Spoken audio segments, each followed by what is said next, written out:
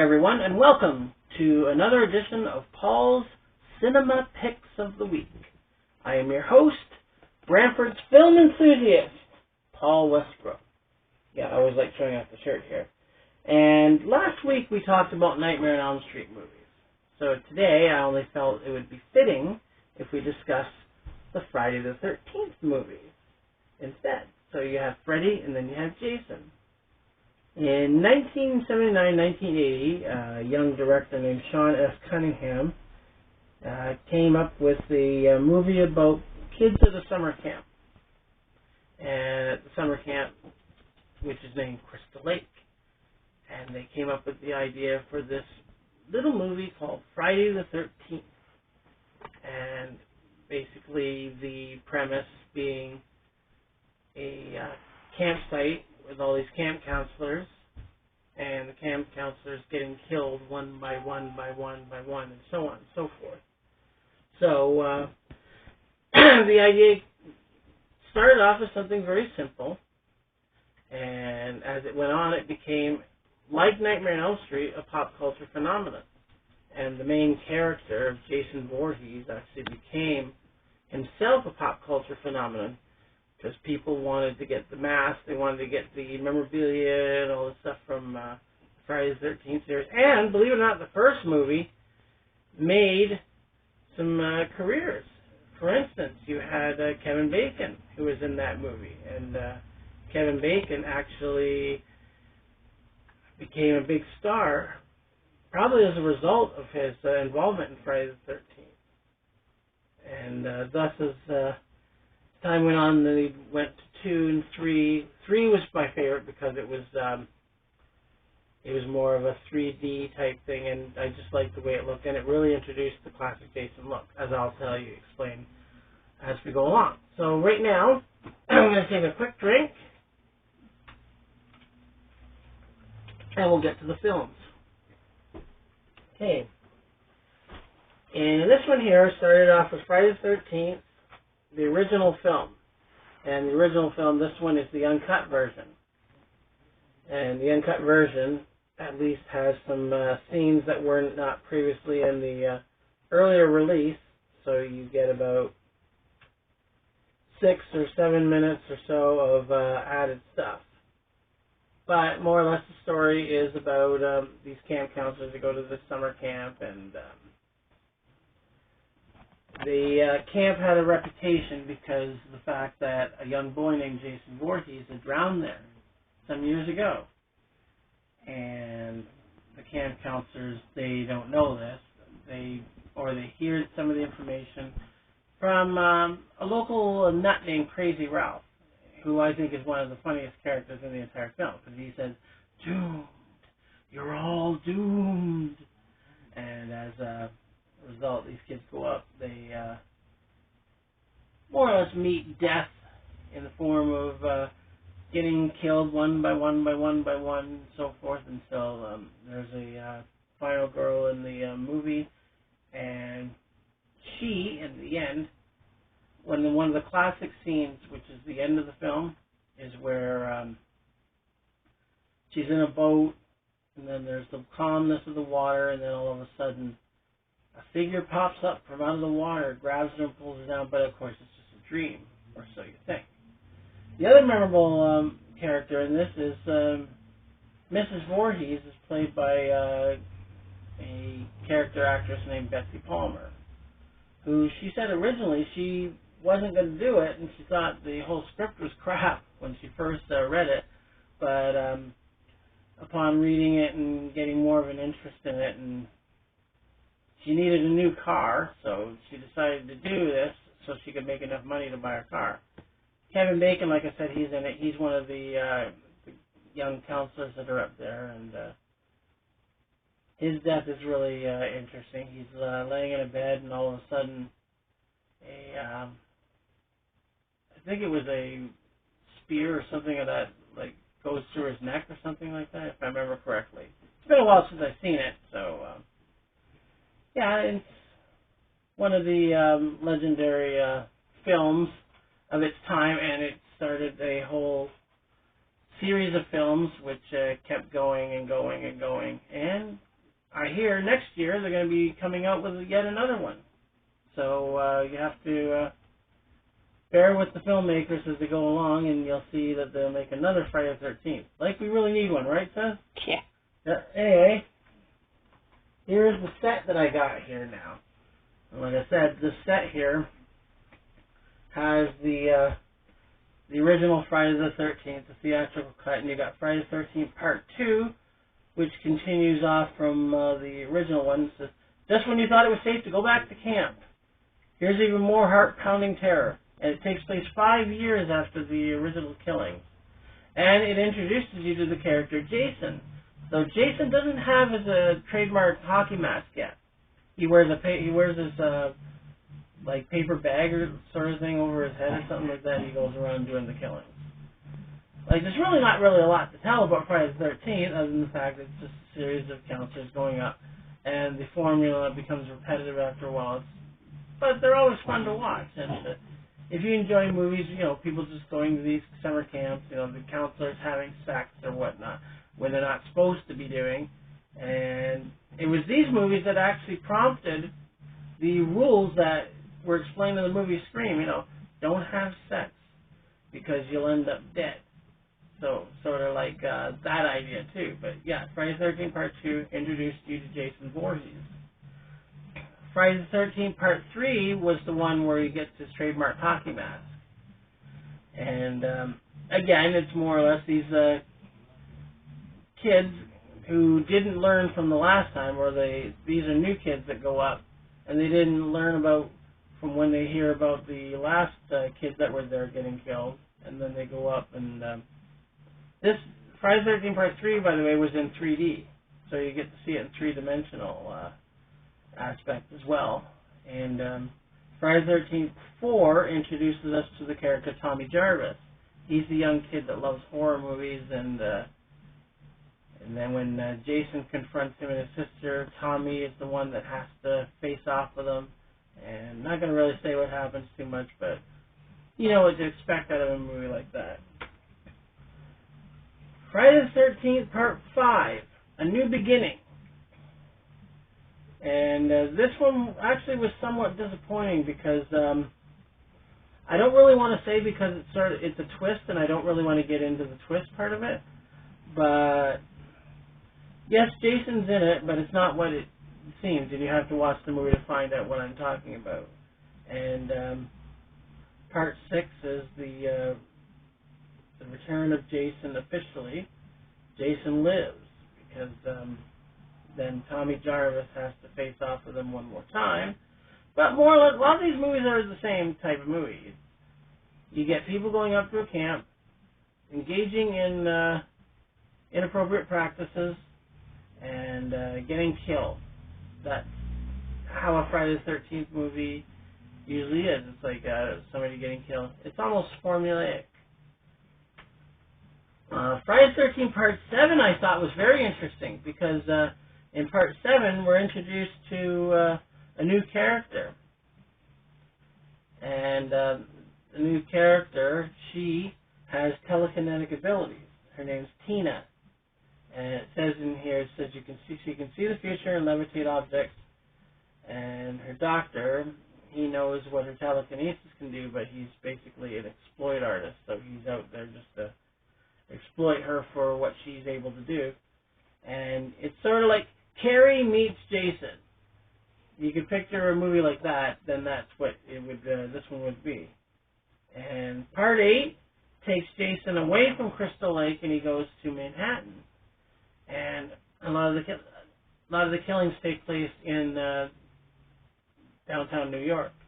And right now, the new Scream movie that's supposed to be coming out this year also does that same type of thing, where the killer goes to New York instead of the usual surroundings. In New York City, there's killings that go on. Like, nobody knows that killing goes on in New York. Like, it happens a lot, but I liked it just for that unique premise. The fact that Jason went to New York, and he has to deal with the kids have to deal with him, and of course he has to deal with a lot of the kids that are there as well. And wasn't one of the greatest Friday the 13th movies, but I thought it was interesting just from the fact that he was out of his element. Here we have a Killer Extras disc of Friday the 13th. It says everything you wanted to know but were afraid to ask. And you get an 8-part featurette, Secrets Galore Behind the Gore 3-part featurette, Crystal Lake Victims Tell All, Tales from the Cutting Room Floor, Friday Artifacts and Collectibles, and of course the scary trailers. Okay, then after that, they decided they wanted to finally get rid of Jason somehow for good. So they got Jason Goes to Hell, the final Friday. You got this one here, sis? Yep. Jason Goes to Hell, the final Friday. And it's sort of like body transference in the fact that Jason can actually transfer from one form to another, like another body. And a lot of people really didn't like the idea, but at the same time they had to figure out some way to keep it going, and somebody just came up with the idea, oh, what would happen if Jason possesses somebody and kills somebody? So they thought, okay, why not? So they did this, and this has an ending that you will not believe. You have to watch it right to the end, though, to find out what happens, but yes, the ending is extraordinary, and I think somebody familiar makes an appearance. You just have to watch and see what happens. But it was an okay Jason film, but it's nothing like the like Part 7 or Part 3, which were my favorites and everything. And yeah, all I would suggest is you find it at your video outlet or wherever you're going and check it out. See what you think of Jason Goes to Hell, the final Friday, or you think it's the final Friday. Because then they came up with another idea. Says, well, Jason's done body transference, he's done all this other stuff. Wonder what would happen if Jason went to outer space? And I guess they thought, okay, so that might be something interesting. So they came up with Jason X, which is, yes, it's a science fiction horror film.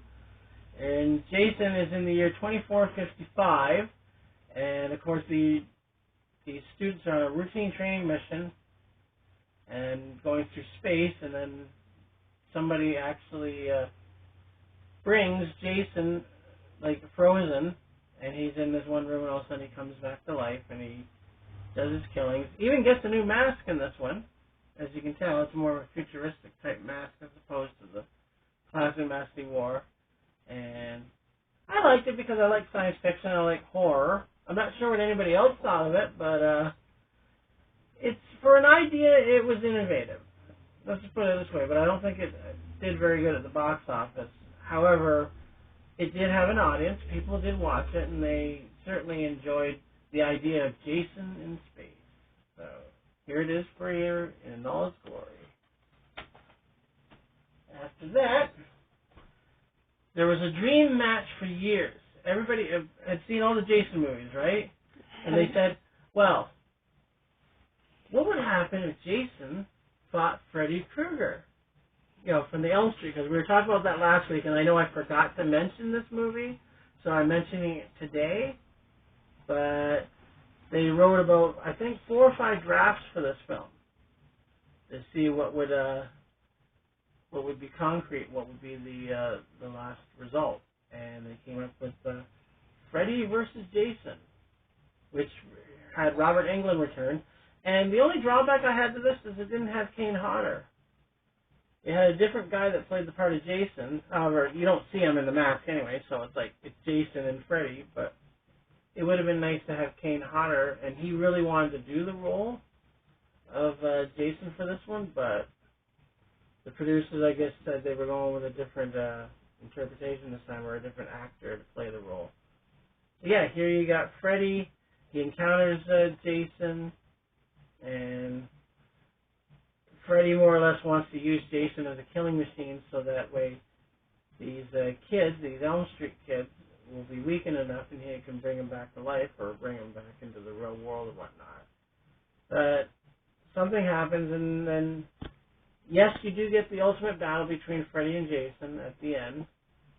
And it was debatable as to who actually won the battle, but Jason fans would say Jason won, others would say Freddy won, but you'll have to watch for yourself. And it's got a few good extras on this one, including a press conference, sort of like one of those wrestling press conferences where you have Jason and Freddy dressed up, Robert Englund dressed up as Freddy, and then Jason comes in, and they have this weigh-in or something like that to see who's going to be top dog in the horror genre here. And yeah, when I saw it, I said I definitely wanted to get this one. And again, sorry I didn't mention it last week, so there it is today. Let's see what we got next here. Then, after Freddy vs. Jason, they sort of got rid of the Friday the 13th. They gave it a rest for a while because, it had already been done and repetitive, and there was really nothing else that they could possibly do. And then, in 2009, they decided to reboot the entire Freddy thing. Jason.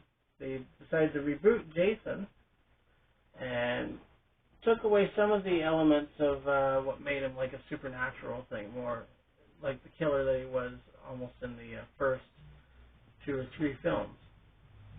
So they came up with Friday the 13th, and this was the killer cut here, which had more suspense, more terror, and more Jason.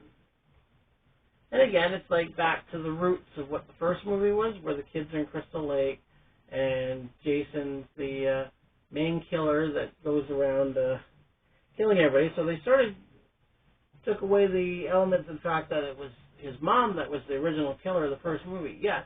I was going to say that. You do get asked that a lot in a lot of horror trivia. They said, who is the killer of Friday the 13th? And everybody always says Jason Voorhees, except the purists and the fans that really know said, no, it was Mrs. Voorhees, Jason's mom. Mother. She was the killer. So in this one, I guess they sort of got rid of that, and Jason is like the sole killer there. And so this is more like back to the slasher film that the original film was like. It wasn't too bad. I mean, I still preferred the older ones and stuff, and Kane Hodder was my favorite Jason.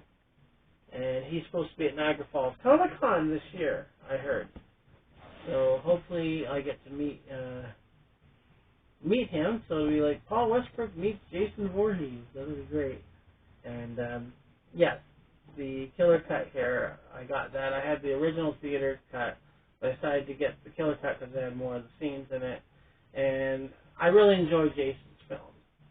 And I'm not sure my sister's really into Jason too much. No, we don't like.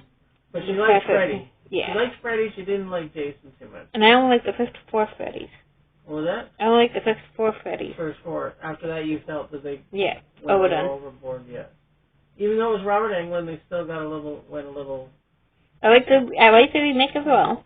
Yeah. The Friday the 13th movies, I like the first one. But after that, not really. Yeah, because Jason really wasn't in the first one. No, he was just more. But yeah, that's what I like about Freddy and Jason is the fact that the 2 of them fought each other. And then this one here, like I said, this went back to more of the slasher elements that made the first film as popular as it was. Friday the 13th, killer cut, guys. And finally, to finish off here, I have 2 documentaries about the whole Friday the 13th franchise, because you can't have enough documentaries to go with your movies.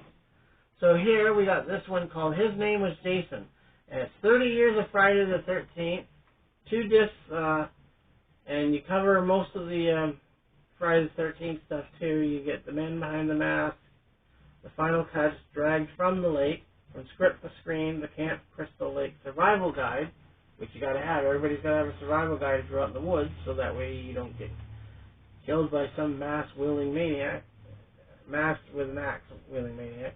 Jason Takes Comic-Con, fan films, Friday the 13th in just 4 minutes, and much more, of course. It doesn't really specify what the more is, but imagine it's more interviews, more clips and scenes and stuff. And Tom Savini was the host of this one, and you get to go into what made the Friday the 13th films popular and the whole phenomenon, the FX artists, the actors, and the director. And this one was definitely a comprehensive enough documentary, because it says here, the ultimate retrospective on the groundbreaking horror series. And finally, thanks to my friend Darren Runny from Vancouver, BC, he picked me up this 2-disc collector's edition, the ultimate tribute to one of horror's most iconic and enduring franchises, Crystal Lake Memories, the complete history of Friday the 13th. So you get interviews, you get clips from all the films, you get all that stuff, almost what you got on the Jason one, but this one's just a little bit more detailed, a little more better in that regard. And you get Corey Feldman, Robert Englund, yes, interestingly enough, Robbie Morgan, Adrienne King. She was the final girl of the first film. Sean X. Cunningham, who directed it. Alice Cooper has a few words in this one. Wes Craven, Ari Lerman, Betsy Palmer, Frank Mancuso Jr., Kane Hodder, Aaron Gray. A whole bunch of these guys here that really made Friday the 13th as popular as it was.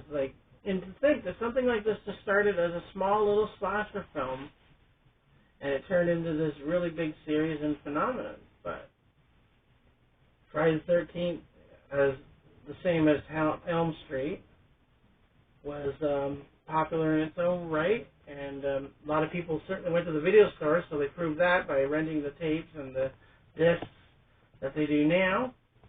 And yeah, it says here, this one from the Purdue people brought you the award-winning Never Sleep Again, the Elm Street Legacy, comes as ultimate tribute to the series that changed the face of horror. So, right there, Crystal Lake Memories. This is a documentary that I would highly recommend to watch. So, I think that was pretty well it for Friday the 13th. And my warning is, make sure if you're out in the woods, don't have sex. Yeah, don't have premarital sex. Don't go out in the woods alone. Certainly don't swim naked in the water. Don't do anything that would cause a masked killer to come around and go on this huge killing spree, because that wouldn't be right. And yeah, this is Paul Westbrook reminding you to like and subscribe to the channel. Leave a comment, as I always say every week. Leave a comment in the box below, just below the video here, in the box comment section, so we can hear that. And I think that's pretty well it. So Paul Westbrook reminding you that I'll be seeing you at the movies. Have a good one.